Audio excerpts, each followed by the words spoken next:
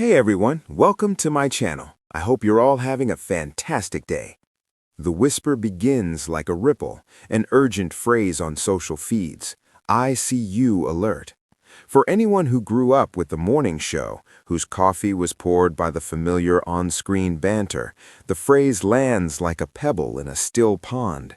It's a jolt that wakes up old memories, Saturday afternoons spent with soap operas, a radio voice that felt like family, the comfort of ritual.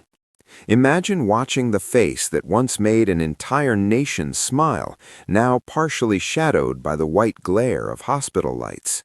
The rumor does what rumors do. It blooms. Callers line up, neighbors peer at headlines, friends send prayers. But there's a deeper truth here for our generation, not just the fear that a star might slip away, but the revelation that even the familiar can be fragile.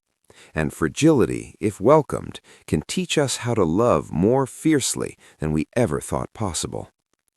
Two people built a life in public, one the actor, the other the morning show anchor, partners in life, partners on air.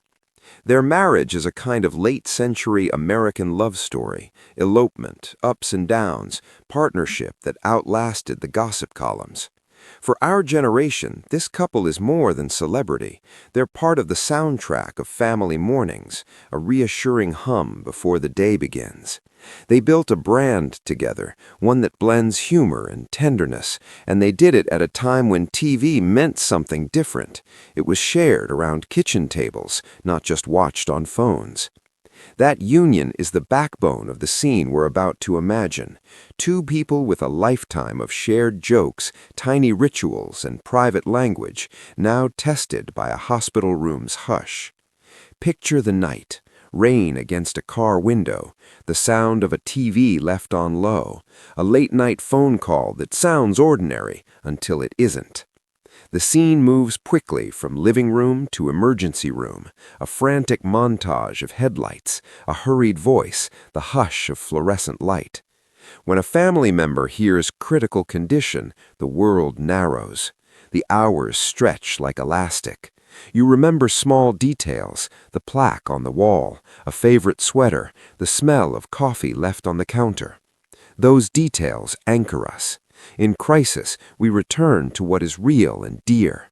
For viewers between 60 and 65, many have sat beside a bed like this, holding hands through a night that felt endless.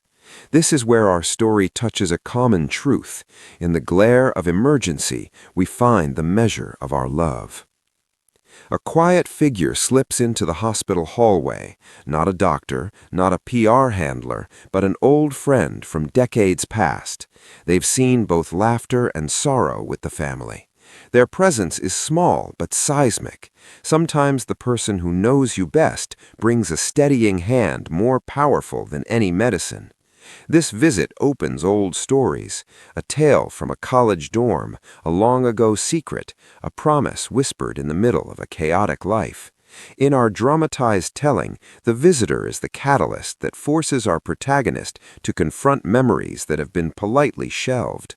For viewers who remember the old days of long friendships and slower lives, this scene resonates because it is in the presence of those who have known us longest that we find courage. Families gather in crisis like weather fronts shifting slowly toward a center. Siblings arrive with tired eyes, children with their own private panic, old friends with stoic faces.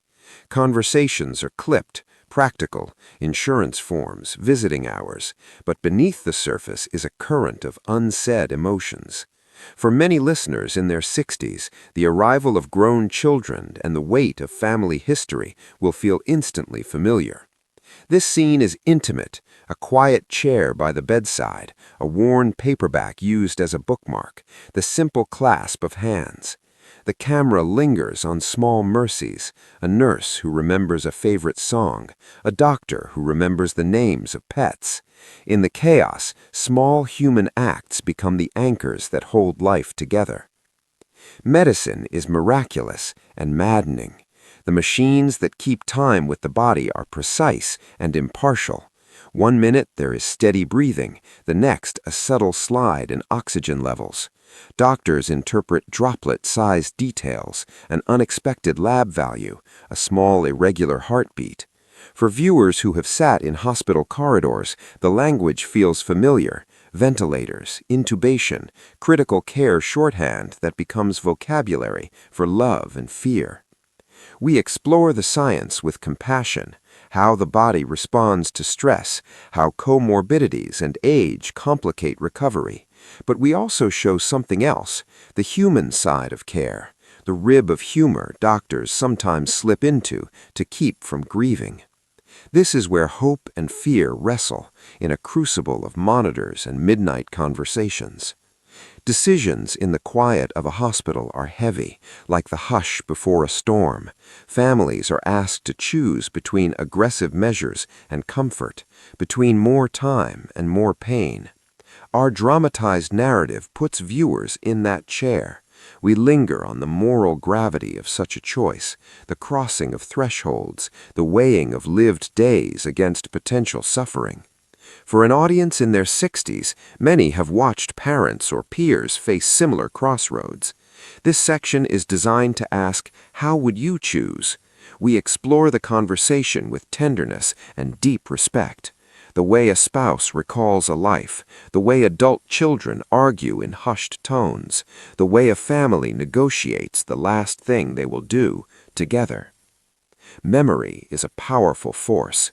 A single recollection, a laugh shared on a balcony, a promise to stay until the last song can become the deciding factor in a moment of crisis. We dramatize a scene where a long-buried anecdote surfaces, a joke that was once told in the rain, a private pact made in a hotel room decades ago. That memory becomes a moral compass. For viewers who grew up with decades of cultural shifts, this is a reminder that the small, silly wows we make sometimes carry the most weight. Suddenly, the room evidence is filled. of a life, a guitar case, a dog-eared script, a backstage pass, and a decision that seemed medical becomes intensely personal. Boldness in the face of fear looks different than heroism in movies. It is quiet, stubborn, human. Here, the family makes a move that bypasses the sterile options on the whiteboard.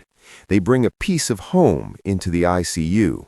A favorite record, a worn sweater, the smell of coffee, small sensory anchors that reconnect the patient to life outside the fluorescent box.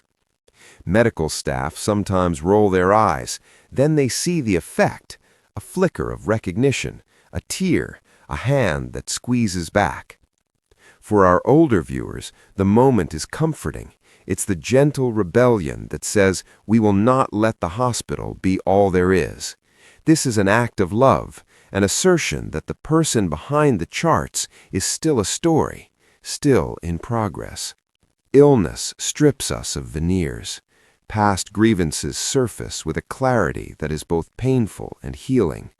In our story, old resentments, perhaps over a career moved abroad, a missed birthday, a harsh word, come to the surface in the hushed light of the waiting room. Characters who have been polite for years finally speak the truths they've held back.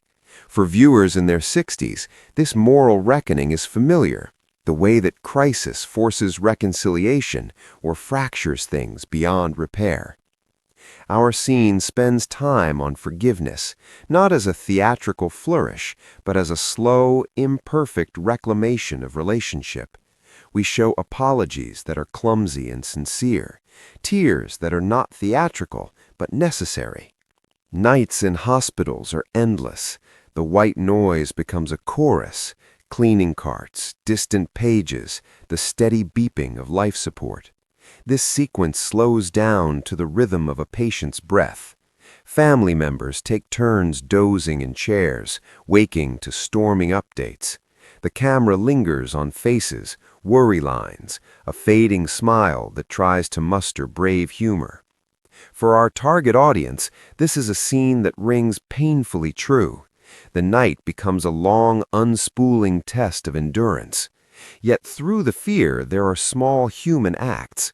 Someone bringing in a thermos of tea, a nurse humming an old show tune, a stranger in the waiting room offering a wrapped sandwich. These tiny kindnesses are the quiet architecture of hope. Signs come in odd forms. A song on the radio that used to be their favorite begins to play down the hall. A nurse volunteers a story about the patient's small kindness years before.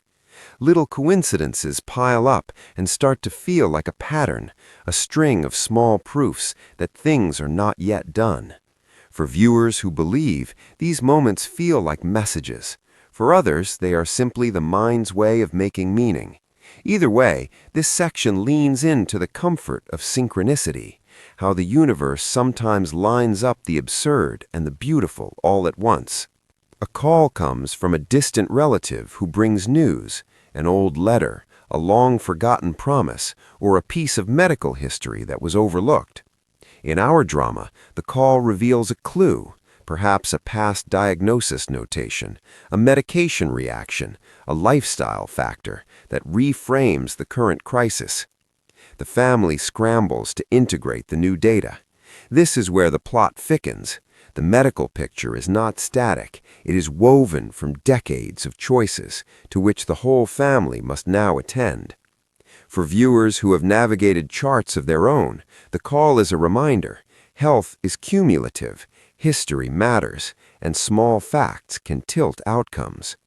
An unexpected specialist arrives, a physician who once treated a strange case, a researcher with a fresh idea, or even a volunteer with an unusual skill. This ally suggests a treatment or a change in approach that is neither dramatic nor guaranteed, but it opens a new possibility. For our generation, this is the comforting reminder that medicine keeps learning, that late-life treatments and trials can sometimes offer surprising pathways. The ally speaks directly to the heart of the family, translating complex terminology into human terms and offering a sliver of hope wrapped in careful realism. Treatments are slow work. Infusions, delicate monitoring, physiotherapy started gently. This is the montage of small victories, a slightly stronger breath, a clearer look, a squeeze of a finger that was limp yesterday. Recovery rarely arrives like a miracle in the movies. It comes in increments. For older viewers, this slow rhythm will be deeply resonant. We show the day-to-day, the nurse who tells an old joke to elicit a cough, the daughter who reads a newspaper out loud, the spouse who practices a familiar routine to coax back normality. The pace honors patience.